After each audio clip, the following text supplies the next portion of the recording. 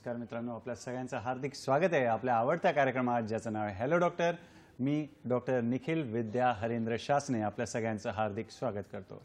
मित्रांनो, कार्यक्रमाचा श्री गणेश करूया एका संस्कृत सुभाषिताने। सुभाषित असा आहे, अनुभवती ही मूर्खा, अनुभवती ही मूर्खा, पादपस तीव्रम उष्णम, पादपस तीव्रम उष्णम, शमयति परितापम, शमयति परितापम, छायया संश्रिता नाम, छायया संश्रिता नाम। म्हणजेच झाड स्वतःच्या अंगावर स्वतःच्या डोक्यावर रणरणतं ऊन घेतं, पण झाडाची सावली, झाडाचा आश्रय जे घेतो त्याला त्या तीव्रता जी आहे त्याची तीव्रता कमी करतो, त्याला शीतलता देतो। बरोबर मित्रांनो, आपल्याला पण झाडासारखं परोपकारी व्हायचं आहे आणि समोरच्याशी शीतल आणि मृदू वागायचं आहे। सुभाषितात म्हटल्याप्रमाणे रणरणत्या उन्हाचा उल्लेख आलेला आहे। तर आपले जे जाणकार मित्र आहे त्यांनी आजचा आपला विषय ओळखलाच असेल, तर पाहूया आजचा आपला विषय काय आहे। आजचा आपला विषय आहे उन्हाळ्यात उद्भवणारे आजार आणि काळजी। बरोबर, उन्हाळ्यात उद्भवणारे आजार आणि काळजी। आणि या विषयावर मार्गदर्शन करण्यासाठी मुंबईतील सुप्रसिद्ध असं सर जे समूह रुग्णालयातील सहयोगी प्राध्यापक, औषध वैद्यकशास्त्र विभागातील सहयोगी प्राध्यापक डॉक्टर मधुकर गायकवाड सर आपल्यासोबत आहेत। नमस्कार सर, स्वागत आहे कार्यक्रमात। नमस्कार मित्रांनो, सरांचा तुमच्याशी परिचय करून देतो। डॉक्टर मधुकर गायकवाड, आपण पथक प्रमुख आहात, सहयोगी प्राध्यापक आहात, औषध वैद्यकशास्त्र सर जे समूह रुग्णालय मुंबई येथे। औषध वैद्यकशास्त्र म्हणजेच मेडिसिन विभाग मित्रांनो। आणि सरांच्या शिक्षणाविषयी सांगायचं झालं तर सर MD आहेत मेडिसिन या विषयात आणि पुढे फेलो ऑफ डायबेटॉलॉजी देखील आहेत। सर जेव्हा जे समूह रुग्णालयातील सेंट जॉर्जेस या रुग्णालयात वैद्यकीय अधीक्षक होते तेव्हा त्यांनी गोरगरिबांसाठी अमूलाग्र असे रुग्णालयात बदल घडून आणले। सरांविषयी अजून एक गोष्ट सांगायला आवडेल की म्हणजे सर प्रसिद्ध आहेत, गावाकडे जी अंगणात OPD चालते, दवाखाना चालतो, त्याचे जनक म्हणून सरांची अशी ओळख आहे। प्रसंगी रस्त्याच्या कडेला देखील सर रुग्णाला तपासतात, प्रसंगी विनामूल्य देखील रुग्णांना सर तपासतात, यासाठी सर प्रसिद्ध आहेत। सरांविषयी अजून सांगायचं झालं तर कोविड-19च्या महामारीमध्ये सरांनी जे योगदान दिलं, जे रुग्णांची सेवा केली, त्यासाठी तत्कालीन जे आपले राज्यपाल महोदय आहेत त्यांच्यातर्फे आणि अनेक संस्थांतर्फे सरांचा सत्कार सन्मान झालेला आहे। सरांचा राज्य पातळीवर आणि राष्ट्र पातळीवर देखील सरांचा गौरव झालेला आहे आणि सरांनी राष्ट्रीय आणि आंतरराष्ट्रीय पातळीवर शोध निबंध देखील प्रकाशित केलेले आहेत। शिवाय आरोग्य विषयक जनजागृतीपर वेगवेगळ्या आजारांवर सरांचे लेख देखील प्रसिद्ध आहेत। तर असे बहुगुणी आणि तज्ञ अनुभवी असे डॉक्टर आज आपल्याला लाभलेले आहेत। तर शुभस्य शीघ्रम कार्यक्रमाचा श्री गणेश करूया। सर पुन्हा एकदा तुमचं स्वागत करतो आणि आजचा आपला विषय उन्हाळ्याशी निगडीत आहे। तर पोटाकडे वळूया। उन्हाळ्यात कुठकुठले पोटाचे आजार उद्भवू शकतात, कृपया त्याविषयी आम्हाला सांगा। नक्कीच पाहतो की उन्हाळा आल्यानंतर बाहेर पण खाण्या किंवा बाहेर पिण्यामध्ये जास्तचं प्रमाण आपण करण्यात येतो, जसे की थंड पाणी वगैरे आहे, थंड पेय वगैरे आहेत, किंवा बऱ्याच ठिकाणी उसाचा ज्यूस असेल किंवा लिंबू पाणी वगैरे असेल किंवा सरबत जे असतात, किंवा बाहेर कुठे गेल्यानंतर जेवणाचा पदार्थ किंवा फूड मुळे किंवा पाण्यामुळे असे आजार बरेच होत असतात। जसे की सगळ्यात जास्त आजार तर हे पोटाशी निगडीत असल्यामुळे पोटात वगैरे दुखणे वगैरे किंवा मळमळ होणे किंवा उलटी वगैरे होणे किंवा ॲक्यूट गॅस्ट्रोएंटायटिस किंवा ॲक्यूट डायरिया वगैरे असं त्यालाच म्हणतो। काय की लोकांना बऱ्याच वेळेस कॉलरासारखे सुद्धा आजार होण्याची शक्यता जास्त असतात, ज्यामुळे त्यांना पोटाचा जास्त ह्या उन्हामध्ये त्रास होत असतो। कारण का बाहेर जे बऱ्याच वेळेस काही कॉन्टामिनेटेड असतील किंवा खूप दिवसाचं पाणी असेल किंवा खूप दिवसाचे पेय वगैरे असतील किंवा खूप दिवसाचे काही जर अन्न वगैरे असतं तसेच शिळे वगैरे असेल, तर हे सगळे आजार उन्हाळ्यामध्ये आपण जर बाहेर गेल्यानंतर घेण्यात आले असतील तर असे आजार हे जास्त प्रमाणात उन्हाळ्यामध्ये होत असतात। आणि उन्हाळ्यात जी कावीळ होते, हेपॅटायटिस A म्हणा, हेपॅटायटिस E, कृपया त्याविषयी देखील आम्हाला मार्गदर्शन करा। नक्कीच, कारण का उन्हाळ्यामध्ये जे हेपॅटायटिस A आणि E हे शक्यतो पाण्याद्वारे किंवा जेवणाच्या द्वारे त्याला आपण फिको ओरल रूट ट्रान्समिशन असं बोलतो, ज्याच्यामध्ये जेवणातून आणि पाण्यामधून होत असतात। कारण का हेपॅटायटिस A आणि हेपॅटायटिस E हे जर आजार झाले तर त्याचा परिणाम आपल्या जे लिव्हरशी संबंधित असल्यामुळे लिव्हर त्याचा जास्त इफेक्ट होत असतो। आणि जर हिपॅटायटिस ई सर्वसामान्य जर प्रेग्नंट लेडी असेल किंवा गरोदर माता असेल तर त्यामध्ये जर झाला तर हा खूप डेंजरस असतो. बऱ्याच वेळेस आपण पाहण्यात आलेलं आहे की हिपॅटायटिस सी हा गरोदरपणा जर झाला तर most of the times 100% mortality होण्याची शक्यता जास्त असते. त्यामुळे हे सुद्धा आपण काळजी घेतली पाहिजे की बाहेर जाताना कुठे बाहेर खाण्यामध्ये किंवा बाहेर पिण्यामध्ये जे असे पदार्थ वगैरे आले तर कारण सगळ्यात जास्त कावीळीचा प्रमाण जो आहे तो हिपॅटायटिस सी आणि ईचा जास्त असतो.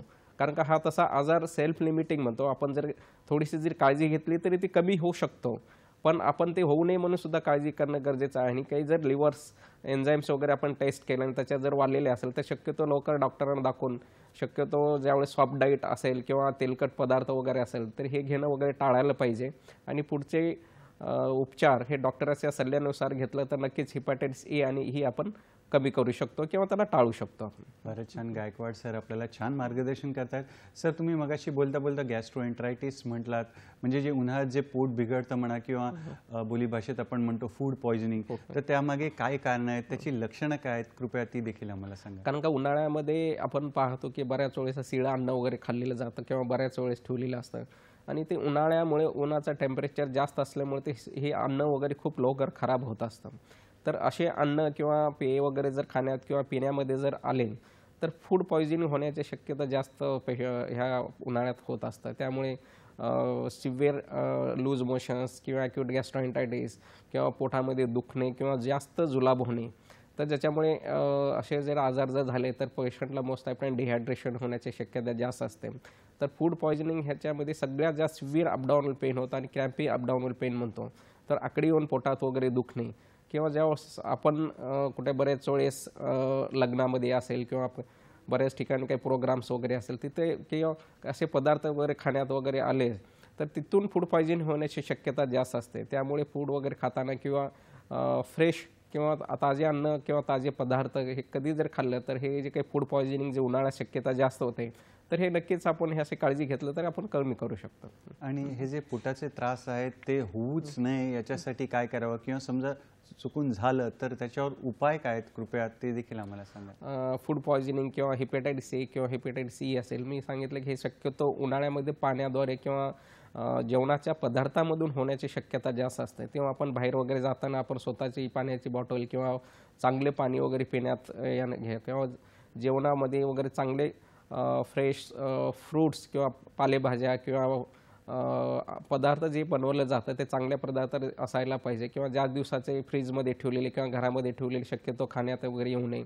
आणि शक्यतो लहान मुलं असतील किंवा ज्येष्ठ नागरिक असेल तर अशांनी सुद्धा ह्याच्यामध्ये खूप काळजी घेतली पाहिजे. कारण उन्हाळ्यामध्ये ऑलरेडी आपल्या शरीरातलं पाणी कमी होत असतं आणि त्याच्यामध्ये जर लूज मोशन्स, वॉमिटिंग किंवा पोटाचे जर त्रास असेल तर आपलं पाण्याचं प्रमाण आपल्या शरीरात खूप कमी होत असतं. त्यामुळे अजून जास्त आपल्या पोटाला किंवा पोटाचे आजार होण्याची शक्यता जास्त असते.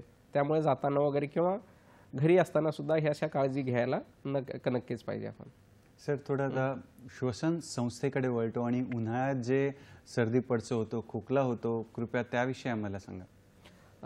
नक्कीच असं सांगितलं की आपण उन्हाळ्यामध्ये पाहतो की उन्हाळा जास्त असल्यामुळे टेम्परेचर जास्त झाल्यामुळे शक्यतो सगळेजण थंड पदार्थ किंवा थंड पेय असतील किंवा थंड कोल्ड्रिंक्स वगैरे असतील किंवा थंड काही आईस्क्रीम्स वगैरे असतील तर हे शक्यतो आपण घेत असतो. त्यामुळे हे थंड एकदम पदार्थ किंवा बाहेर उन्हातून आल्यानंतर घरी आपण पाहतो की एकदम थंड पाणी वगैरे लगेच आपण पित असतो.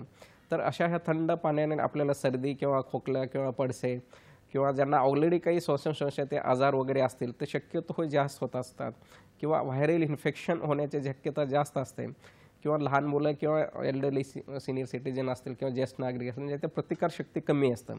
तर असे हे काही थंड पदार्थ किंवा थंड पाण्यामुळे सर्दी, खोकला किंवा घशामध्ये खोखवणे किंवा नाक चोंदणे वगैरे म्हणतो आपण किंवा नाक वाहणे वगैरे, तर असे हे आजार श्वसन संस्थेचे रिलेटेड शक्यता हे उन्हाळ्यामध्ये सुद्धा थंड पाण्याने किंवा थंड पदार्थामुळे शक्यता जास्त वाढू शकतात किंवा वाढतात केसेस वगैरे. फारच छान. डॉक्टर मधुकर गायकवाड आपल्याला छान मार्गदर्शन करतायत. उन्हाळ्यात आपली काळजी स्वतःची कशी घ्यायची आहे, पोटाची, श्वसन संस्थेची, त्याविषयी चर्चा सुरू आहे.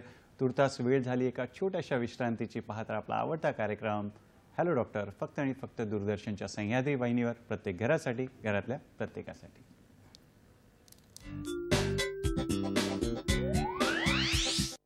विश्रांतीनंतर पुन्हा एकदा आपलं स्वागत आहे आपल्या आवडत्या कार्यक्रमात ज्याचं नाव आहे हॅलो डॉक्टर. आणि आज चर्चा सुरू आहे उन्हाळ्यात होणाऱ्या आजारांविषयी, त्रासाविषयी आणि स्वतःची काळजी कशी घ्यायची या विषयावर. आणि मुंबईतील सुप्रसिद्ध असं सर जे समूह रुग्णालयातील औषध वैद्यक शास्त्र विभागातील म्हणजेच मेडिसिन विभागातील सहयोगी प्राध्यापक डॉक्टर मधुकर गायकवाड सर आपल्यासोबत आहेत.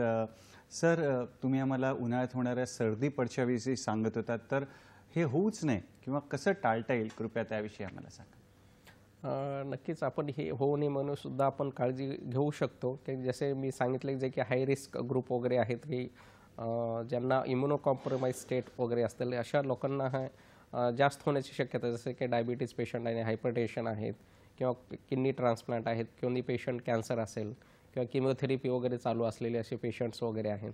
तर हे ह्या कंडिशनमध्ये आपली प्रतिकारशक्ती कमी वगैरे असते. तर अशा रुग्णांनी वगैरे शक्यतो जर थंड पदार्थ किंवा थंड पेय वगैरे जास्त घेण्यात आले तर अशी सर्दी, खोकला किंवा बॅक्टेरियल इन्फेक्शन्स किंवा आपण व्हायरल इन्फेक्शन्स म्हणतो की रेस्पिरेटरी सिस्टीमचे किंवा संसर्गजन्य इन्फेक्शन जास्त होण्याची शक्यता असते. तर यावेळेस असे बाहेरचे पदार्थ किंवा खाण्यामध्ये येत असतील तर हे शक्यतो कमी करायला पाहिजे. आणि शक्यतो झालं तरी आपण घरच्या घरी त्यांना आपण एक स्टीम इनहेलेशन म्हणतो किंवा आपण वाफारा वगैरे असतं जे की आपण घरी देऊ शकतो. किंवा सर्दी, खोकला किंवा ताप जर वगैरे असेल तर असे काही ड्रग्स वगैरे ज्यांना डॉक्टरांच्या सल्ल्यानुसार जेवढं होईल शक्यतो लवकर जर दाखवलं तर पुढचे जे सिव्हिरिटी वगैरे आहे की जसे की काही जर ऑलरेडी रेस्पिरेटरी सिस्टमचे त्यांना आजार असतील तर त्यांना शक्यता जास्त बळावण्याची शक्यता जास्त होऊ शकते अशा ह्या रेस्पिरेटरी इन्फेक्शनमुळे. कारण का लहान मुलामध्ये थोडा साधा सर्दी खोकला जरी झाला तर लगेच त्यांच्या इन्फेक्शन वाढतं किंवा लंगच्या पोहोचलं पोहोचलं जातं. त्यामुळे पुढे चालून त्यांनी निमोनिया वगैरे किंवा बॅक्टेरियल असतील, व्हायरल असतील ह्याचं प्रमाण होऊ शकतो किंवा त्याच्यावर पुन्हा जास्त पेशंटला दम वगैरे लागू शकतो, ऑक्सिजन लागण्याची शक्यता असतं. जर जास्त क्रिटिकल कंडिशन झालं तर व्हेंटिलेटरवर सुद्धा पेशंट जाऊ शकतो. तर त्यामुळे अशा ह्या रुग्णालय आपण जर काळजी घेतलं तर ते पेशंट हे आजार होऊ नये म्हणून शक्यतो जर झालं तरी आपण डॉक्टरांच्या सल्ल्यानुसार लगेच त्याला कंट्रोल करू शकतो. आणि किंवा आपल्या घरच्या घरी अर्ली स्टेजमध्ये सुद्धा त्याला आपण ट्रीटमेंट देऊ शकतो. फारच छान. मित्रांनो, आम्ही तुमच्या फोनची देखील, तुमच्या प्रश्नांची देखील वाट पाहत आहोत. तर जरूर तुमच्या मनातले प्रश्न आम्हाला फोन करून विचारा. डॉक्टर साहेब, आणि उन्हाळ्यात जो दमा होतो त्याविषयी, अस्थमा होतो त्याविषयी देखील आम्हाला सांगा, त्याविषयी मार्गदर्शन करा. नक्कीच.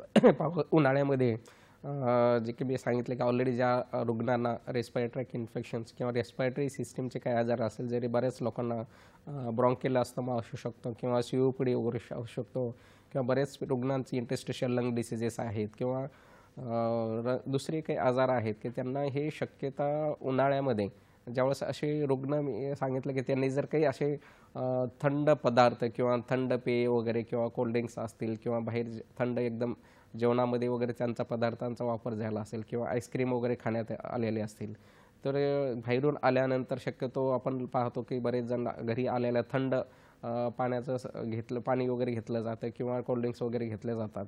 तर ह्याच्यामुळे सुद्धा जे काही इन्फेक्शन्स आहेत ते रेस्पिरेटरी सिस्टीमचे वाढत असतात. तर असे रेस्पिरेटरी सिस्टम तर नुसतं सर्दी आणि खोकला झाले जे अस्थमा आणि COPD पेशंट असतात तर ह्यांना सगळ्यात जास्त त्रास होतो. कारण हे बरेच वेळेस पेशंट्स इनहेलर्स किंवा त्यांना नेबुलायझेशन वगैरे असतं किंवा आपण पाहतो की पंप वगैरे जे असतात संसर्ग ते होऊ नये म्हणून घेतलं जातं. तर हे जे सर्दी आणि खोकला किंवा लहान मुलांना चाइल्डहूड अस्थमा वगैरे असू शकतो, जे बरेच लहान मुलांना 5 ते 10 वर्षापर्यंत रिपीटेडली इन्फेक्शन्स होत असतात की ज्याच्यामुळे इन्फेक्शनमुळे हे सिव्हिरिटी ऑफ द अस्थमा किंवा COPD हे वाढतात. तर त्यामुळे इवन जे रुग्णांना जे असे काही आजार असेल तर असे हे जर झाले तर त्यांना खूप जास्त त्रास होऊ शकतो किंवा बऱ्याच वेळेस त्यांना हॉस्पिटलमध्ये सुद्धा ॲडमिट करण्याची शक्यता येऊ शकते. ज्यावेळेस बरेच वेळेस स्टेरॉइड्स असतील किंवा ब्रांकोडायलेटर असतील किंवा ज्यावेळेस नेबुलायझेशन किंवा व्हेंटिलेटर्स किंवा बऱ्याच वेळेस त्यांच्या शरीरामधली जी काही ऑक्सिजन लेवलची असतं ती सुद्धा कमी आपण होण्याची शक्यता जास्त असते. त्यामुळे असे रुग्णांनी शक्यता COPD, ब्रॉन्कियल अस्थमा जे पेशंट्स वगैरे आहेत किंवा दुसरे काही आजार संसर्गजन्य रिलेटेड असतील तर अशा रुग्णांनी सुद्धा उन्हाळ्यामध्ये बाहेर किंवा घरी पदार्थ करताना आपण ही काळजी घ्यायला पाहिजे. आणि सर, हा जो उन्हाळ्यामध्ये होणारा आपल्याला यावरणार एक फोन आलेला आहे, पाहूया त्यांचा प्रश्न आणि मग नंतर पुन्हा दम्याच्या विषयाकडे येऊया आपण. नमस्कार, आपलं स्वागत आहे आपल्या कार्यक्रमामध्ये. कृपया आपला प्रश्न विचारा. सलग प्रश्न विचारा कृपया आपला. डेरे बोलू लागलो. डेरे हां डेरे लागलो. वाशिमहून फोन आहे. नमस्कार दादा, आपला प्रश्न सलग विचारा. संडासचा प्रॉब्लेम आहे सर. संडास. ओके. संडास बद्दल हा हा, काय त्रास होतोय सर? आवाज हा येतोय ना. सलग प्रश्न विचारा. संडास उन्हाळ्यामध्ये संडास बरोबर येत नाही, कडक संडास येते. बरं हो. बरं. तर अजून काही त्रास आहे, अजून काही तक्रार आहे? दमाचा त्रास आहे. दमाचा दम येते, दम सुद्धा येते. बरं. आणि साधारण वय किती आहे? वय येते 66. 66 आहे. बरं. हो. काही विचारायचं सर अजून? बस ठीक आहे सर. ओके, चालेल चालेल. धन्यवाद आपल्या प्रश्नासाठी. गायकवाड सर काय सांगणार? 66. नक्कीच त्यांचा खूप चांगला प्रश्न आहे. त्यांना फक्त अगोदर त्यांना त्रास आहे तो म्हणजे पोटाशी निगडीत आहे. आपण जे काही ऑलरेडी पोट साफ वगैरे त्यांचं होत नाही, कारण का बरेच वेळेस त्यांचं वय जर बघितलं आपण 60च्या वरच आहे.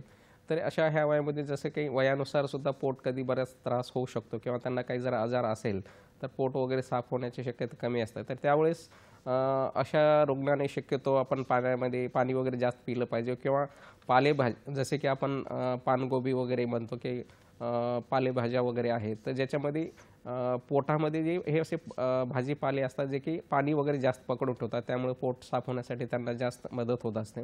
किंवा त्यांना जर प्रॉब्लेम अशाने होत नसेल तर डॉक्टरांच्या सल्ल्यानुसार जे काही लॅक्झेटिव्ज वगैरे असते पोट होण्या साफसाठी आपण एक सिरप फॉर्ममध्ये वगैरे दिलं जातं. आपण रात्रीला त्यांना ते सिरप घेतलं तर नक्कीच त्यांचं पोट साफ होण्यासाठी मदत होईल. आणि दुसरा त्यांचा प्रश्न होता की त्यांना दम्याचा वगैरे त्रास जास्त होत असतो. तर त्यांना जरी काही ऑलरेडी COPD आपण किंवा ब्रॉन्कियल अस्थमा वगैरे जर आजार असतील तर त्यांनी हे शक्यतो आपण सांगितलं की त्यांनी असे काही थंड पदार्थ किंवा पेय वगैरे असतील किंवा आईस्क्रीम्स वगैरे असतील तर शक्यतो यांनी टाळायला पाहिजे. आणि जास्त काही त्रास होत असेल तर ते नेबुलायझेशन किंवा पंप वगैरे दिले जातात डॉक्टरच्या सल्ल्यानुसार. तर हे पुढचे त्यांची ट्रीटमेंट ते नक्कीच करू शकतील. फारच छान मित्रांनो, असेच तुम्ही फोन करून प्रश्न विचारा. तज्ज्ञ अनुभवी डॉक्टर आपल्यासोबत आहेत, त्याचा आपल्याला जास्तीत जास्त फायदा विचारायचा आहे आणि तुमच्या एका प्रश्नामुळे आपल्या सगळ्यांनाच त्याविषयीचं ज्ञान मिळतं. सर, तुम्ही उपचाराविषयी तुम्हाला विचारायचं होतं की उन्हाळ्यात जो दमा होतो त्यावर कसे उपचार केले जातात आणि कसा टाळता येईल, कृपया त्याविषयी देखील आम्हाला सांगा. नक्कीच हा पेशंट जे काही COPD किंवा ब्रॉन्कियल अस्थमा वगैरे जे असतात तर हे शक्यता त्यांना उन्हाळ्यामध्ये जास्त त्रास होण्याची शक्यता जास्त असते. जसे की सांगितलं की रेस्पिरेटरी ट्रॅक इन्फेक्शन्स ज्यामुळे लगेच ॲक्यूट एक्झासर्वेशन ऑफ COPD किंवा ॲक्यूट एक्झासर्वेशन ऑफ ब्रॉन्कियल अस्थमा म्हणतो. नुसता साधा सर्दी खोकला झाला तरी ते लंगपर्यंत इन्फेक्शन लगेच रॅपिडली स्प्रेड होऊ शकतो. तर अशा ह्या रुग्णांनी वगैरे उन्हाळ्यामध्ये जरी सर्दी खोकला झाला तरी घरच्या घरी वाफारा वगैरे आपण स्टीम इनहेलेशन म्हणतो ते घेतलं तर चालेल. किंवा थंडी किंवा ताप अजून जर येत असेल तर अँटीपायरेटिक्स वगैरे काही टॅबलेट्स वगैरे ते डॉक्टरांच्या सल्ल्यानुसार किंवा घेऊ शकतात. आणि जास्त त्रास होत असेल तर ते नेबुलायझेशन्स किंवा पंप्स वगैरे असतात जे की ब्रॉन्कोडायलेटर्सचे प्रकार वगैरे आपण त्यांना देतो.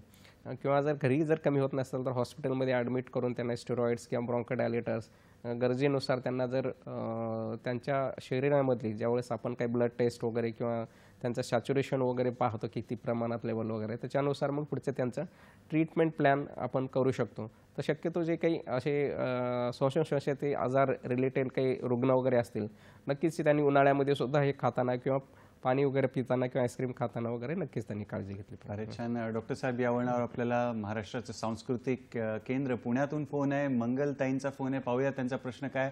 नमस्कार, आपलं स्वागत आहे कार्यक्रमात. कृपया आपला प्रश्न विचारा. आजचा विषय खूपच छान आहे. मला असा प्रश्न विचारायचा की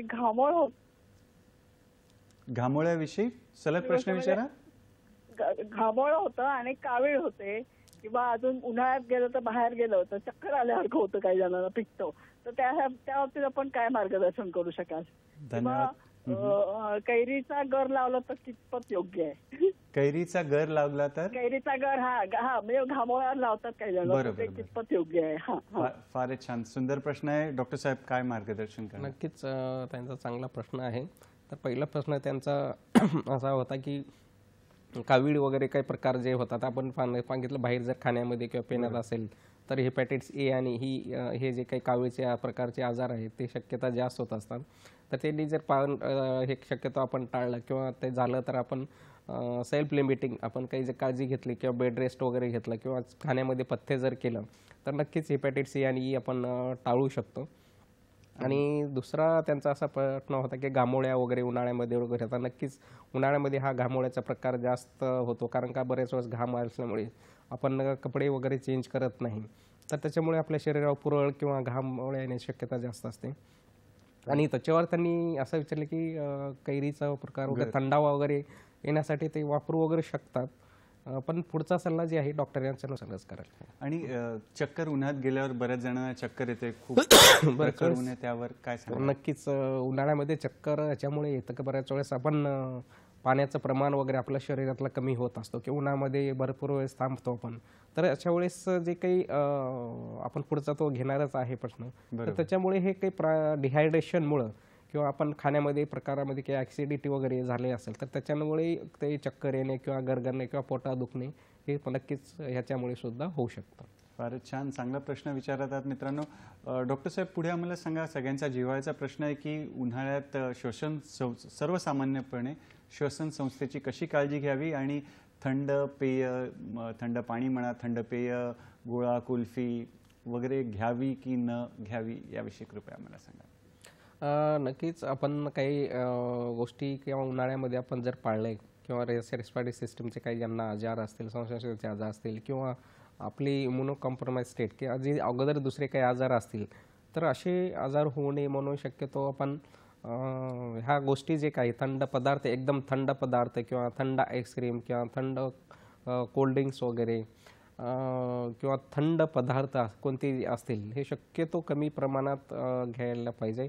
त्याच्या व्यतिरिक्त आपण जसे काही सलाद वगैरे आहेत किंवा घरामध्ये पालेभाज्या आहेत किंवा उन्हाळ्यामध्ये आपण जे ज्याच्यामुळे आपल्याला जास्त त्रास होणार नाही असे हे जर गोष्टी अवॉइड जर केलं तर नक्कीच जे काही यांना रेस्पिरेटरी सिस्टम, अस्थमा आहे, दमा आहे, तर हे शक्यता कमी होण्याची शक्यता जास्त आहे. त्यामुळे ह्या गोष्टीत नक्कीच त्यांनी थोडंफार अवॉइड करायलाच पाहिजे. फारच छान, गायकवाड सर आपल्याला छान मार्गदर्शन करतायत. महत्त्वपूर्ण अशा उन्हाळ्याच्या त्रासाविषयी कसं काळजी घ्यावी त्याविषयी चर्चा सुरू आहे. सर, त्वचेच्या त्रासाकडे वळतो. उन्हाळ्यात कुठकुठले त्रास त्वचेशी निगडीत होऊ शकतात त्याविषयी?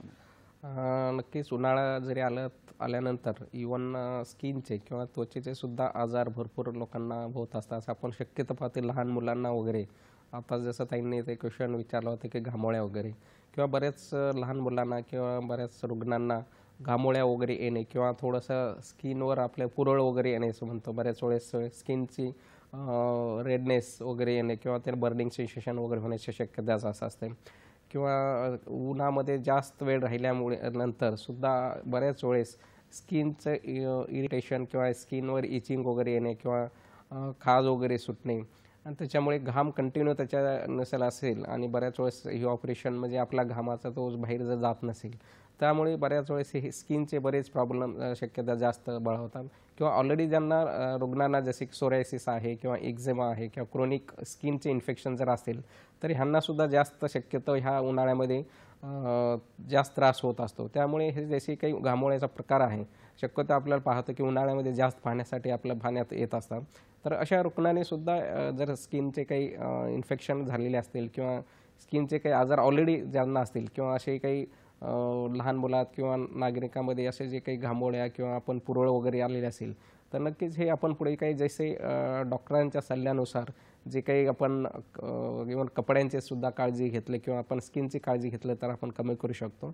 आणि पुढेचा सल्ला डॉक्टरांच्या नुसार घेतला आहे. काही डॉक्टरांच्या सल्ल्यानुसार पावडर्स दिलं जातं किंवा क्रीम दिले जातं तर त्याच्यानंतर सुद्धा हे सगळे स्किनचे आजार वगैरे आपण कंट्रोल करू शकतो किंवा कमी करू शकतो. फारच छान. मित्रांनो, सर आम्हाला अजून एक जो कॉमन प्रश्न जो मनात येतो, बुरशीजन्य जो आजार आहे त्याविषयी कृपया आम्हाला सांगा आणि तो कसा टाळता येईल? फंगल इन्फेक्शन विषयी? नक्कीच फंगल इन्फेक्शन सुद्धा शक्यता जास्त उन्हाळ्यात होण्याची शक्यता असते. बऱ्याच वेळेस उन्हाळा असल्यामुळे AC मध्ये राहणे वगैरे किंवा बरेच वेळेस घामामुळे वगैरे जिथे आहे की जिथे आपल्या शरीरात जिथं जास्त ओलसरपणा असतो तिथे जास्त हे फंगल इन्फेक्शन होण्याची शक्यता जास्त असते. किंवा आपण पाहतो की ऑलरेडी जर त्यांना फंगल इन्फेक्शन्स वगैरे असेल ते त्यांचे जास्त थंड किंवा AC मुळे किंवा बाहेर उन्हाच्या घामामुळे अजून जास्त होण्याची शक्यता जास्त असते. तर असे होऊ नये म्हणून आपली स्किन किंवा आपली त्वचा वगैरे कोरडी ठेवणे कधी चांगली गोष्ट आहे. किंवा कपडे घामाने किंवा ह्याच्यामुळे जर जास्त ओले झाले असतील कपडे वगैरे चेंज करणेसुद्धा खूप गरजेचं असतं. किंवा आपण पांढरे आणि थोडेसे ज्याच्यामुळे आपल्याला स्किनला त्रास होणार नाही किंवा फंगल इन्फेक्शन जास्त होणार नाही असे कपडे वगैरे आपण शक्यतो वापरायला पाहिजे. आणि जरी फंगल इन्फेक्शन जर झाले तरी आपण त्यांना कमी करू शकतो. त्याचे काही अँटी फंगल ड्रग्स वगैरे असतात किंवा क्रीम्स असतात, ऑइंटमेंट्स असतात किंवा अँटी फंगल पावडर्ससुद्धा मिळतात. ते डॉक्टरांच्या सल्ल्यानुसार घेतलं तर ते असे पावडर्स किंवा क्रीम्स, ऑइंटमेंट्स जर फंगल इन्फेक्शन झालं तरी आपण ते कमी करू शकतो किंवा त्यांना कंट्रोल करू शकतो असे आजार. फारच छान. मुंबईतील सुप्रसिद्ध असं जे समूह रुग्णालयातील सहयोगी प्राध्यापक औषध वैद्यकशास्त्र विषयातले डॉक्टर मधुकर गायकवाड सर आपल्याला महत्त्वपूर्ण विषयावर मार्गदर्शन करतायत. मित्रांनो, तुर्तास वेळ झाली एका छोट्याशा विश्रांतीची. पाहत राहा आपला आवडता कार्यक्रम हॅलो डॉक्टर.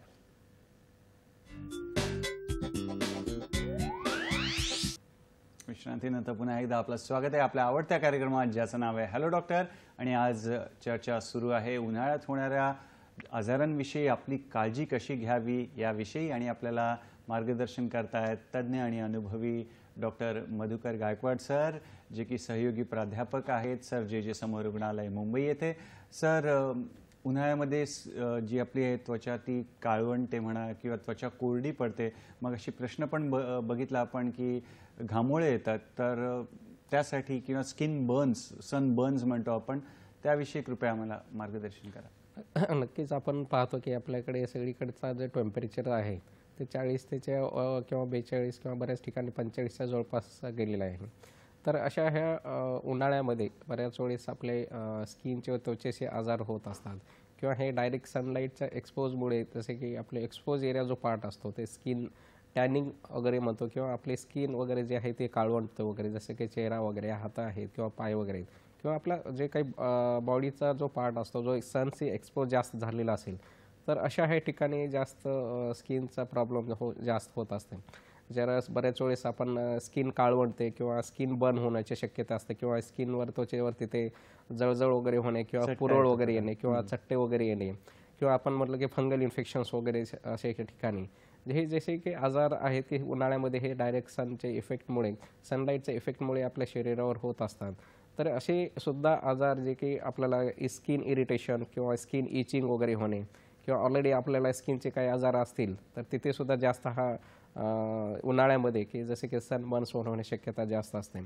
तर अशा सुद्धा वेळेस आपण होऊ नये म्हणून सुद्धा काळजी तेवढीच गरजेची आहे. किंवा बाहेर जाताना वगैरे आपल्या चेहऱ्याला किंवा आपले हात किंवा पाय जे एक्सपोज जास्त होण्याची शक्यता असते हे पूर्ण आपण चांगल्या कपड्यां किंवा व्हाईट कलरचे किंवा मोस्टली आपण म्हणतो की कॉटनचे वगैरे असतील सुती कपडे वगैरे हे आपण जर वापरले तर हे स्किनचे काही आजार आहेत किंवा एक्सपोज होण्याचे असतात.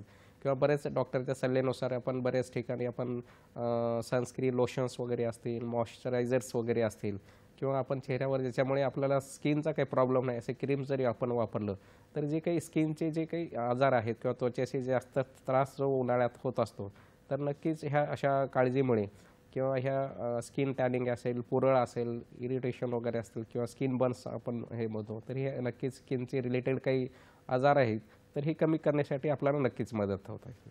आणि अजून काही आपल्याला सांगता येईल का की सर्वसामान्यपणे अजून त्वचेची काही काळजी घेतली पाहिजे याविषयी, म्हणजे आपल्याला कारण का स्किनचे आजार हे शक्यतो आपण उन्हाळ्यामध्ये पाहतो की पाण्याचं प्रमाण आपल्या शरीरामध्ये कमी झालेलं असतं किंवा आपली जी स्किन जर ड्राय वगैरे झालेली असते त्यामुळे आपण स्किन इचिंग किंवा रेडनेस किंवा डर्मॅटायटिस वगैरे होण्याची शक्यता असतात. तो त्यामुळे आपल्या शरीरातलं पाण्याचं प्रमाणसुद्धा मेंटेन करणं खूप गरजेचं असतं.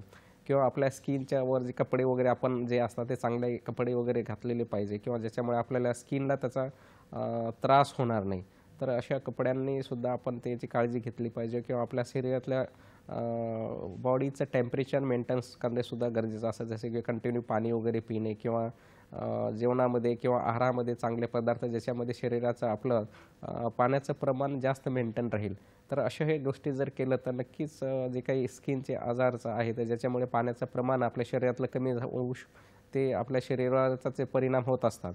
त्यामुळे ह्या गोष्टी आपण पाळलं तर जे काही स्किनचे प्रॉब्लेम आहेत ते कमीच व्हायला आपल्याला नक्कीच मदत होईल. फारच छान. डॉक्टर साहेब, यावरणार आपल्याला नाशिकहून फोन आहे. सचिन दादांचा फोन आहे. पाहूया त्यांचा प्रश्न काय आहे. नमस्कार सचिन दादा, आपलं स्वागत आहे कार्यक्रमात. कृपया आपला प्रश्न विचारा. हा सर नमस्कार. मी नाशिकवरून बोलतोय, सचिन वाकुडे. सलग प्रश्न विचारा आपला. हा सर माझ्या तळ हाताला आणि पायाला फार घाम येतो. बरं. उन्हाळा लागला की हां हां सलग 4 महिने त्रास असतो आणि तोंडामध्ये फोड पण येतात सर. बरं. हा साधारण वय किती आहे तुमचं? 32 वय सर मला. 32. सर अजून काही विचारायचं आहे?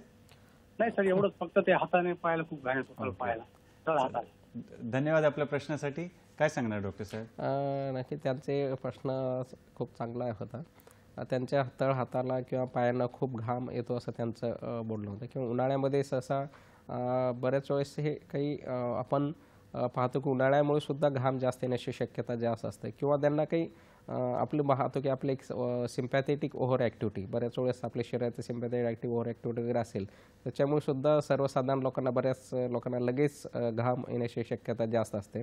किंवा दुसऱ्या काही आजार असेल किंवा एंडोक्राईन सिस्टीमशी रिलेटेड काही आजार असतील तर त्यांनी सुद्धा ते डॉक्टरांच्या सल्ल्यानुसार सगळे टेस्ट वगैरे करून घेतलं तर नक्कीच आपल्याला मदत होईल की कशामुळे घाम आपल्याला जास्त येतो.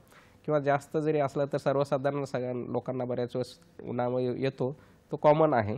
त्यामुळे एवढं काही घाबरून जाण्याची शक्यता नाही असं मला तरी हे वाटतं. धन्यवाद आपल्या मार्गदर्शनासाठी. मित्रांनो, असेच फोन करून तुम्ही प्रश्न विचारा. डॉक्टर साहेब, आता डोळ्यांकडे वळतो. उन्हाळा आणि डोळ्याच्या कुठल्या तक्रारी उद्भवू शकतात त्याविषयी कृपया आम्हाला सांगा. नक्कीच पाहतो की आपल्या उन्हाळ्यामध्ये सुद्धा डोळ्यांचे सुद्धा भरपूर लोकांना त्रास होत असतो. किंवा डायरेक्ट सन एक्सपोज किंवा डायरेक्ट हीट एक्सपोजमुळे किंवा उन्हाळ्याचे आपण पाहतो की हीट वेव्ज वगैरे भरपूर येत असतात. तर हे हीट वेव्ज किंवा उन्हाळ्याच्या बाहेर आपण ज्यावेळेस जातो त्यामुळे तर डायरेक्टली आपल्या डोळ्यांना त्यांचा त्रास होत असतो. बऱ्याच मुलांना आजकाल पाहतो की लहान मुलांना असतील की जे काही कंजक्टिव्हिटीस होण्याची शक्यता जास्त असतं वगैरे असते. किंवा डोळ्या वगैरे जळजळ वगैरे होणे किंवा डोळ्यामध्ये इरिटेशन वगैरे होणे. आणि ज्यावेळेस आपल्या उन्हाळ्यामध्ये आपल्या डोळ्यामधलं पाणी किंवा आपल्या शरीरामधलं घाम किंवा डिहायड्रेशनमुळे जे होतं त्याच्यामुळे सुद्धा बऱ्याच वेळेस ह्या डोळ्यांना खूप त्रास होत असतो. त्यामुळे जे काही कंजक्टिव्हिटीस असेल किंवा ड्रायनेस वगैरे आपले की डोळे बऱ्याच वेळेस आपले त्वचे जसे कोरडे पडतात तसे डोळेसुद्धा कोरडे पडण्याची शक्यता जास्त असते. त्यामुळे आपल्या डोळ्यामध्ये त्रास होतो, जसे की इरिटेशन्स वगैरे आणि किंवा जळजळ होणे. तर ह्या गोष्टी होऊ नये म्हणून सुद्धा काळजी घेण्याचं आहे. पण बाहेर ज्यावेळेस फिरायला वगैरे जातो किंवा लहान मुलांना वगैरे झालेलं असेल तर त्यांना आपण डॉक्टरांच्या किंवा ऑप्थॉलॉजिस्टच्या सल्ल्यानुसार, डोळ्याच्या डॉक्टरांच्या सल्ल्यानुसार काही आय ड्रॉप्स वगैरे त्यांना आपण ॲडवाईज करू शकतो. किंवा डोळे जळजळ किंवा कोडे जर पडत असतील तर ते सुद्धा ड्रॉप्स आपल्या डॉक्टरांच्या सल्ल्यानुसार होऊ शकतो. पण शक्यतो आपण ज्यावेळेस असा त्रास होऊ नाही शकता, म्हणजे जसे का गॉगल्स वगैरे आहे किंवा रुग्णांना ऑलरेडी त्यांना चष्मा वगैरे असेल तर ते शक्यतो चष्मा किंवा गॉगल्स वगैरे किंवा बाहेर जाताना वगैरे आपला चेहरा किंवा डोळे वगैरे थोडंसं काळजी जर घेतली तर हे जे काही उन्हाळ्यामध्ये डोळ्यांना जे काही हीट एक्सपोज किंवा हीट वेव्हजमुळे जे त्रास होतो आपल्या डोळ्यांचा, तर नक्कीच आपल्याला हे जे काळजी घेतलं तर हे जे काही डोळ्याचे आजार आहे ते नक्कीच कमी होऊ शकतात. फारच छान. डॉक्टर साहेब, लघवीच्या त्रासाकडे वळतो. उन्हाळी लागतो आपण असं म्हणतो उन्हाळ्यामध्ये, तर त्याची लक्षणं काय आहेत? किंवा युरिनरी ट्रॅक इन्फेक्शन पण आजकाल हा शब्द फार प्रचलित आहे, तर त्याविषयी, ह्या त्रासाविषयी उन्हाळ्यात होणाऱ्या त्याविषयी नक्कीच आपण पाहतो की उन्हाळ्यामध्ये सुद्धा युरिनरी ट्रॅक सिस्टीमशी रिलेटेड सुद्धा बरेच लोकांना त्रास होत असतो. जे की आपण म्हणतो की उन्हाळी लागणे वगैरे आपण हा शब्द प्रचलित आहे की बऱ्याच रुग्णांना वगैरे उन्हामध्ये फिरण्यात वगैरे जास्त वेळ गेलेला असेल किंवा डायरेक्ट घरी जरी बसलो तरी आपल्या बऱ्याच वेळेस रुग्णांना उन्हाळी लागण्याचा जास्त त्रास होतो. की बऱ्याच रुग्णांना लघवीमध्ये जळजळ वगैरे होणे किंवा लघवीला त्रास वगैरे होणे किंवा हाय कलर युरिन किंवा बऱ्याच वेळेस आपण उन्हामध्ये जर फिरण्यात वगैरे आलं असेल किंवा टेम्परेचरमुळे उन्हाळ्यामध्ये हे जी लघवीचे जे आहे काही टेम्परेचर वगैरे वाढलेलं असतं त्यामुळे जळजळ वगैरे जास्त शक्यता असते. किंवा हाय कॉन्सन्ट्रेटेड युरिन, बऱ्याच वेळेस पेशंट आपण किंवा रुग्ण पाणी वगैरे कमी पिण्यात आले असेल तर कॉन्सन्ट्रेटेड युरिन म्हणतो किंवा ते कमी लघवी वगैरे होण्याची शक्यता जास्त असते. त्यामुळे सुद्धा युरिन ट्रॅक इन्फेक्शन होण्याची शक्यता असते. आणि जे काही रुग्णांना जसे की डायबेटिक पेशंट असतील किंवा किडनीचे आजार असतील किंवा युरिन ट्रॅक ऑलरेडी त्यांना स्टोन्स वगैरे काही आजार असतील तर हे रुग्णांना सुद्धा जसे की डायबिटीज पेशंटमध्ये शक्यतो लवकर इन्फेक्शन होण्याची शक्यता जास्त असते. मी सांगितलं की इम्युनो कॉम्प्रोमाइज स्टेट आहे, त्यामुळे हे युरिन ट्रॅक इन्फेक्शन किंवा उन्हाळी हाचा जो प्रकार आहे तो शक्यता हे केसेस वगैरे जास्त वाढत असतात. आणि हा उन्हाळीचा त्रास म्हणा किंवा लघवीचा हा जो त्रास आहे युरिनरी ट्रॅक इन्फेक्शन तो होऊच नाही यासाठी आम्ही काय काळजी घेतली पाहिजे कृपया त्याविषयी? नक्कीच उन्हाळ्यामध्ये जे काही उन्हाळी लागणे किंवा युरिन ट्रॅक इन्फेक्शन किंवा उन्हाळ्यामध्ये लघवीला वगैरे जळजळ वगैरे होणे, तो शक्यतो आपण जसे काही जर आजार वगैरे तसं जर वाटत असेल, शक्यतो हा आजार आपण बघितलं तर आपण पाण्याचं प्रमाण वगैरे शक्यतो आपण कंटिन्यू घेत राहणं हे खूप गरजेचं आहे. कारण का त्याच्यामध्ये उन्हाळ्यामध्ये आपल्या शरीराचं पाण्याचं प्रमाण कमी होत असतं, त्यामुळे पाण्याचं प्रमाण कमी झाल्यानुसार त्याच्यानुसार सुद्धा आपल्या लघवीचं प्रमाणसुद्धा कमी होत असतं. त्यामुळे लघवीचं कॉन्सन्ट्रेटेड युरिन होऊ शकतं, त्याच्यामुळे इन्फेक्शन किंवा जळजळ वगैरे होणे किंवा डायबेटिक पेशंट्स वगैरे असतील तर त्यांनीसुद्धा ह्या उन्हाळ्यामध्ये काळजी घेणं खूप गरजेचं असतं.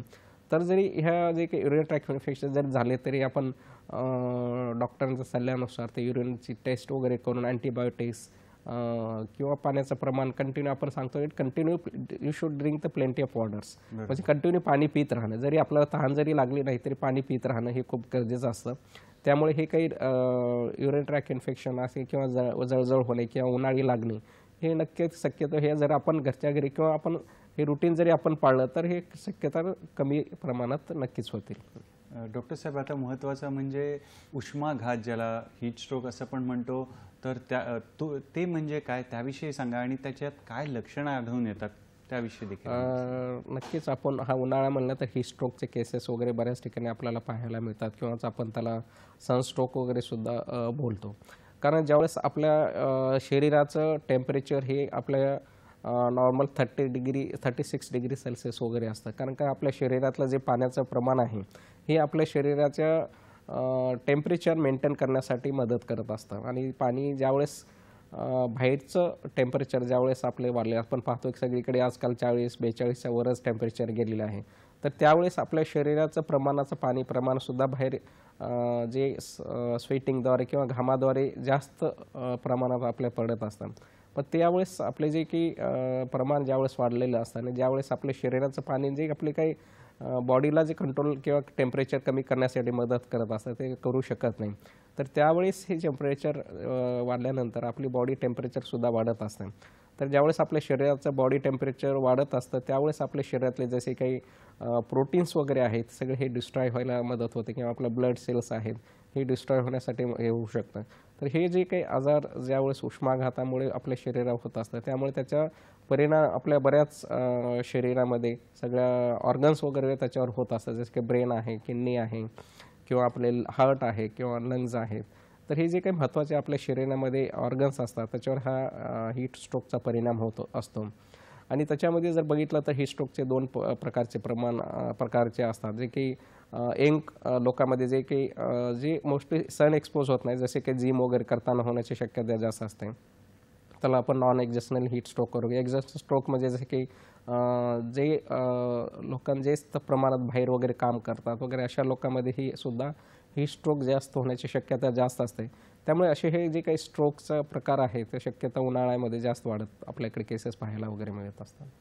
फारच छान महत्त्वपूर्ण अशा आजच्या विषयावर डॉक्टर मधुकर गायकवाड आपल्याला मार्गदर्शन करत आहेत. मित्रांनो, वेळ झाली का छोट्याशा विश्रांतीची. पाहत राहा आपला आवडता कार्यक्रम हॅलो डॉक्टर, फक्त आणि फक्त दूरदर्शनच्या सह्याद्री वाहिनीवर, प्रत्येक घरासाठी, घरातल्या प्रत्येकासाठी. विश्रांतीनंतर पुन्हा एकदा आपलं स्वागत आहे आपल्या आवडत्या कार्यक्रमात ज्याचं नाव आहे हॅलो डॉक्टर. आणि आज आपल्यासोबत सुप्रसिद्ध सर जे समोर रुग्णालयातील औषध वैद्यकशास्त्र विभागातील सहयोगी प्राध्यापक डॉक्टर मधुकर गायकवाड सर आहेत. आणि उन्हाळ्यात उद्भवणारे आजार आणि आपण काय काळजी घेतली पाहिजे या विषयावर आपली चर्चा सुरू आहे. डॉक्टर साहेब, उष्माघाताविषयी आपली चर्चा सुरू होती, तर उष्माघाताची लक्षणं काय आणि त्याच्यावर कसे उपचार दिले जातात कृपया त्याविषयी सांगा. नक्कीच आपण पाहतो की आपण उष्माघात झाल्यानंतर हे कसं ओळखणंसुद्धा खूप गरजेचं आहे. किंवा बऱ्याच वेळेस जे काही बाहेर शेतामध्ये किंवा बाहेर कुठे वर्कर्स जे असतात, हे काम करणारे जे लोक असतात त्यांच्यामध्ये जास्त प्रमाणात आपल्याला दिसून असतं किंवा कंटिन्यू आपण बाहेर उन्हाळ्यात जर राहिलं तर नक्कीच हे असे हीट स्ट्रोक केसेस जास्त आपल्याला पाहायला वगैरे मिळतात. आणि त्यावेळेस ज्यावेळेस रुग्णांना वगैरे असं हीट स्ट्रोकच्या रुग्णांना शक्यतो डोकं वगैरे दुखणे किंवा मळमळ होणे किंवा पोटामध्ये वगैरे दुखणे आणि बरेच वेळेस ते स्किन सुद्धा आपली त्वचा वगैरे कोंडी पडलेली वगैरे असते. आणि जास्त जर झालं तर बऱ्याच वेळेस यांचा परिणाम मेंदूवर सुद्धा होतो, ज्याच्यामुळे पेशंट किंवा रुग्णांना कन्फ्युजनल स्टेट किंवा डेलिरिक स्टेटमध्ये जातात किंवा बऱ्याच वेळेस त्यांना सीझर्स किंवा फिट्स होणे शक्यता असतात आणि जर जास्त इरिटेट झालं तर बरेचसे पेशंट असे हीट स्ट्रोकमध्ये कोमामध्ये सुद्धा जास्त असतात. आणि नंतर त्याचा जर बघितलं तर बऱ्याच रुग्णांना पोटामध्ये दुखणे किंवा मळमळ वगैरे होणे किंवा लघवीचं प्रमाण हे कमी वगैरे होत असतो आणि त्याच्यामुळे त्यांचं किडनीवर सुद्धा इफेक्ट होण्याची शक्यता जास्त असतात, ज्यामुळे पेशंट असे किडनी फेल होणे होत असतात.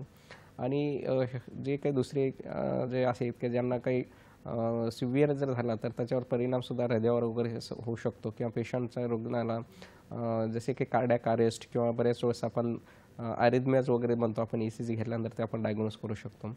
तर असे काही लक्षणं आहेत की जसे की डोकं दुखणे, मळमळ होणे, उलटी वगैरे होणे, चक्कर वगैरे येणे किंवा त्वचा वगैरे कोरडी पडणे, लघवी वगैरे कमी होणे. तर हे जे काही लक्षणं वगैरे आहेत तर हे नक्की लक्षणं जर आपल्याला लक्षात आलेत तर असे काही रुग्णांना हीट स्ट्रोक वगैरे होण्याचे जे काही आहे तर आपण सगळे इमिडिएटली आपण ते ॲक्शन जर घेतली त्याच्या रुग्णावर तर नक्कीच हे जे काही हीट स्ट्रोकमुळे जे काही डेथ होतात तर हे नक्कीच आपण कमी करू शकतो आणि अशा रुग्णांना आपल्या डेथ होण्यापासून आपण वाचवू शकतो. आणि डॉक्टर साहेब, उष्माघातावर कशा प्रकारे उपचार केले जातात किंवा तुम्ही वेगवेगळ्या नक्कीच आपण उष्माघात जर हे झाले तर लक्षणं आपण नक्कीच त्याच्यावर आपण बघायला पाहिजे. असे जे रुग्ण वगैरे असतात किंवा उन्हामध्ये वगैरे असतात नक्कीच आपण त्यांना असे जे काही थंड ठिकाणी जे काही थंड जागेवर त्यांना नक्कीच लगेच आपण घेऊन जायला पाहिजे. जे की आपण पाहतो की आपली बॉडीचं जे काही हे आपली हीट वगैरे असते इव्हॅपोरेशन किंवा एक्सपोशन जी होत असतं ते किंवा कन्व्हेक्शन्स, त्यामुळे अशा आपण रुग्णांना वगैरे एक थंड ठिकाणी ठेवायला पाहिजे किंवा त्यांच्यावर एक फॅन वगैरे त्यांच्यासमोर आपण ठेवून त्यांचं टेम्परेचर कमी करू शकतो. बऱ्याच वेळेस आईस पॅक्स वगैरे असतात किंवा त्यांच्यामध्ये आपण बॉडी पार्ट्सवर आईस पॅक्स वगैरे आपण ठेवून आपण त्यांचं टेम्परेचर वगैरे कमी करू शकतो. आणि किंवा ताप वगैरे असेल तर अँटीपायरेटिक्स ड्रग्स वगैरे आपण त्यांना देऊन ते त्यांचं टेम्परेचर कमी करू शकतो. पण जास्त जर सिव्हिरिटी जर जे पेशंट झालेले असतात ज्यांना की किडनी फेल झालेले असेल किंवा त्यांना फिट्स वगैरे आलेले असतील तर अशा रुग्णांना सुद्धा पुढे चालून त्यांना डायलिसिस किंवा फक्त इमर्जन्सी डायलिसिस वगैरे करून हे करू शकतो. आणि शक्यतो जे काही आपल्या शरीराचं पाणी प्रमाण कमी झालेलं असतं तर ते असे जे काय आहे की IV फ्लुइड्स वगैरे देणं त्यावेळेस रुग्णांना खूप गरजेचं असतं, ज्याच्यामुळे आपल्या शरीरातलं पाण्याचं प्रमाण आपण मेंटेन करण्यासाठी जे नक्कीच ते मदत होईल. आणि जे काही पेशंटचं रुग्णांचं इनपुट किंवा आउटपुट आहे इनपुट आउटपुट त्याच्यानुसार पुढच्या गोष्टी जे काही आहेत फ्लुइड्स वगैरे मॅनेजमेंट करणं खूप गरजेचं आहे. तर अशा ह्या काही पद्धती आहेत किंवा उपचाराच्या पद्धती आहेत. तर अशा ह्या रुग्णांना जे काय आहेत जे उन्हामध्ये जास्त एक्सपोज झाल्यामुळे हीट स्ट्रोक होण्याची शक्यता जास्त असते तर ह्यामुळे अशा रुग्णांना कंटिन्यू पाणी वगैरे पिण्यासाठी सांगणं किंवा घेण्यासाठी सांगायला पाहिजे.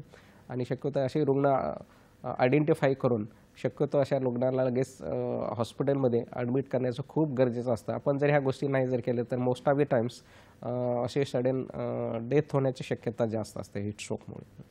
आणि डॉक्टर साहेब, हा उष्माघाताचा हीट स्ट्रोकचा त्रास होऊच नये किंवा त्याचा प्रतिबंध कसा करता येईल त्याविषयी देखील आमच्या नक्कीच उन्हाळ्यामध्ये आपण जर काही गोष्टी जर पाळले तर काही काळजी जर घेतली की तर ह्या गोष्टी हीट स्ट्रोक असतं किंवा उष्माघात होतं बाहेर वगैरे जाताना किंवा कामाचे वेळ वगैरे जास्त आपण ठरवलं पाहिजे. सकाळी 11 ते म्हणजे शक्यतो आपण 12 किंवा 1च्या आत किंवा दुपारून 3च्या 4 नंतर वगैरे काम करणं हे खूप गरजेचं आहे. किंवा बाहेर जाताना वगैरे डोक्यावर टॉवेल किंवा रुमाल, बाहेर जाताना छत्री वगैरे आपण वापरायला पाहिजे. आणि कंटिन्यू आपण एक सोबत जाताना सुद्धा पाणीची बॉटल किंवा कंटिन्यू पाणी जर तहान जरी लागले तर कंटिन्यू पाणी वगैरे पिणं खूप गरजेचं असतं. आणि शक्यतो जे काही आपण जसे की चहा किंवा कॉफी आहे किंवा ड्रिंक्स वगैरे शक्यतो आपण ह्या उन्हाळ्यामध्ये आपण टाळायला पाहिजे. आणि जेवणामध्ये सुद्धा आपण चेंजेस करणं खूप गरजेचं असतं, जसे की फ्रूट्स वगैरे आहेत ज्याच्यामुळे आपल्या शरीराचं पाण्याचं प्रमाण जे काही आपलं मेंटेन करतं असे फ्रूट्स वगैरे कंटिन्यू घेणं गरजेचं आहे. किंवा आपण नारळ पाणी आहे किंवा लिंबू सरबत किंवा उसाचा रस वगैरे चांगल्या प्रकारचा जर असेल तर ह्या गोष्टी जर केलं किंवा आपण पाहतो की बऱ्याच वेळेस कपडेसुद्धा कशा प्रकारचे घातलं पाहिजे हे सुद्धा खूप गरजेचं आहे. भरपूर जास्त डार्क कलर किंवा ब्लॅक कलरचे हे खूप आपल्याला त्रासदायक होऊ शकतात, कारण काय असे जे काही कपडे असतात की जे आपली उष्णता शोषून घेतात आणि जे काही रिफ्लेक्ट बाहेर होत नाही त्यामुळे आपलं शरीर त्याच्याप्रमाणे जास्त गरम होतं. त्यामुळे सुद्धा उन्हाळ्यामध्ये आपले कपडे साधे किंवा लूज एकदम असे खादीचे किंवा आणि व्हाईट कलरचे शक्यतो जर आपण ह्या गोष्टी वापरले तर जे काही आपल्या शरीराचं तापमान ज्याच्यामुळे कपड्यामुळे सुद्धा वाढण्याची शक्यता जास्त असते हे कमी होऊ शकतं. आणि मोस्टली म्हणजे आपल्या शरीराचं जे पाण्याचं प्रमाण आहे आपलं मेंटेन करणं खूप गरजेचं आहे, ज्याच्यामुळे डिहायड्रेशन होण्याची शक्यता जास्त असते. कारण डिहायड्रेशन झाल्यानंतर हे आपल्या शरीरावर त्याचा परिणाम होत असतो. त्यामुळे ह्या गोष्टी जर काळजी घेतलं तर नक्कीच जो काही स्ट्रोक आहे किंवा आपण त्यालाच उष्माघात वगैरे म्हणतो तर हे होण्यापासून आपण नक्कीच आपण रोखू शकतो किंवा असे पेशंट डेथ होण्यापासून सुद्धा आपण कमी करू शकतो. फारच छान. डॉक्टर साहेब, जाता जाता आमच्या मित्रांना काय संदेश देणार? नक्कीच उन्हाळ्यामध्ये जाताना आपण आपल्या शरीराची काळजी किंवा आपल्या आरोग्याची काळजी घेणं खूप गरजेचं आहे. आपल्या शरीराचा परिणाम जे काही डिहायड्रेशन होण्याची शक्यता आहे ते पाण्यामुळे होत असतं. त्यामुळे कंटिन्यू पाणी प्यायला नक्कीच गरजेचं आहे, ज्यामुळे आपले जे काही हीट स्ट्रोक किंवा उष्माघातामुळे जे काही पुढे जे कॉम्प्लिकेशन होतात ते नक्कीच आम्ही करू शकतो. आणि स्वतः तुम्ही आपल्या शरीराची नक्कीच काळजी घ्या, हे माझं मी सगळ्या लोकांना सांगतो. फारच छान. डॉक्टर साहेब, तुम्ही आपल्या व्यस्त वेळापत्रकातून वेळात वेळ काढून इथे आलात आणि आम्हाला आजच्या विषयावर छान अशी माहिती दिलीत, महत्त्वपूर्ण माहिती दिली. त्यासाठी आमच्या दूरदर्शनच्या सह्याद्री वाहिनीतर्फे, आमच्या हॅलो डॉक्टरच्या संघातर्फे आणि आमच्या प्रेक्षक मित्रांतर्फे खूप खूप धन्यवाद आणि आम्ही आभारी आहोत तुमचे. आणि मित्रांनो, जर आजचा कार्यक्रम आपण बघायचा राहिला असेल, कुठला पुन्हा बघायचा असेल तर तुम्ही आमच्या सोशल मीडिया हँडल्सवर जरूर हा कार्यक्रम पुन्हा पाहू शकता. आमचे सोशल हँडल्स या प्रकारे सोशल मीडिया अकाउंट्स आहेत. आमचा ईमेल ॲड्रेस आहे hello2026@gmail.com. फेसबुक आहे www.facebook.com. यूट्यूब चॅनल आहे दूरदर्शन सह्याद्री आणि एक्स हँडल आहे @DD सह्याद्री. मित्रांनो, वेळेला मर्यादा आहे, पण आमचं जे प्रेम आहे त्याला मर्यादा नाही. यासाठीच पुढील भागात एक नवीन विषय घेऊन आम्ही तुमच्या भेटीला येणारच आहोत आपल्या आवडत्या कार्यक्रमात, ज्याचं नाव आहे हॅलो डॉक्टर, फक्त आणि फक्त दूरदर्शनच्या सह्याद्री वाहिनीवर, प्रत्येक घरासाठी, घरातल्या प्रत्येकासाठी. धन्यवाद. नमस्कार.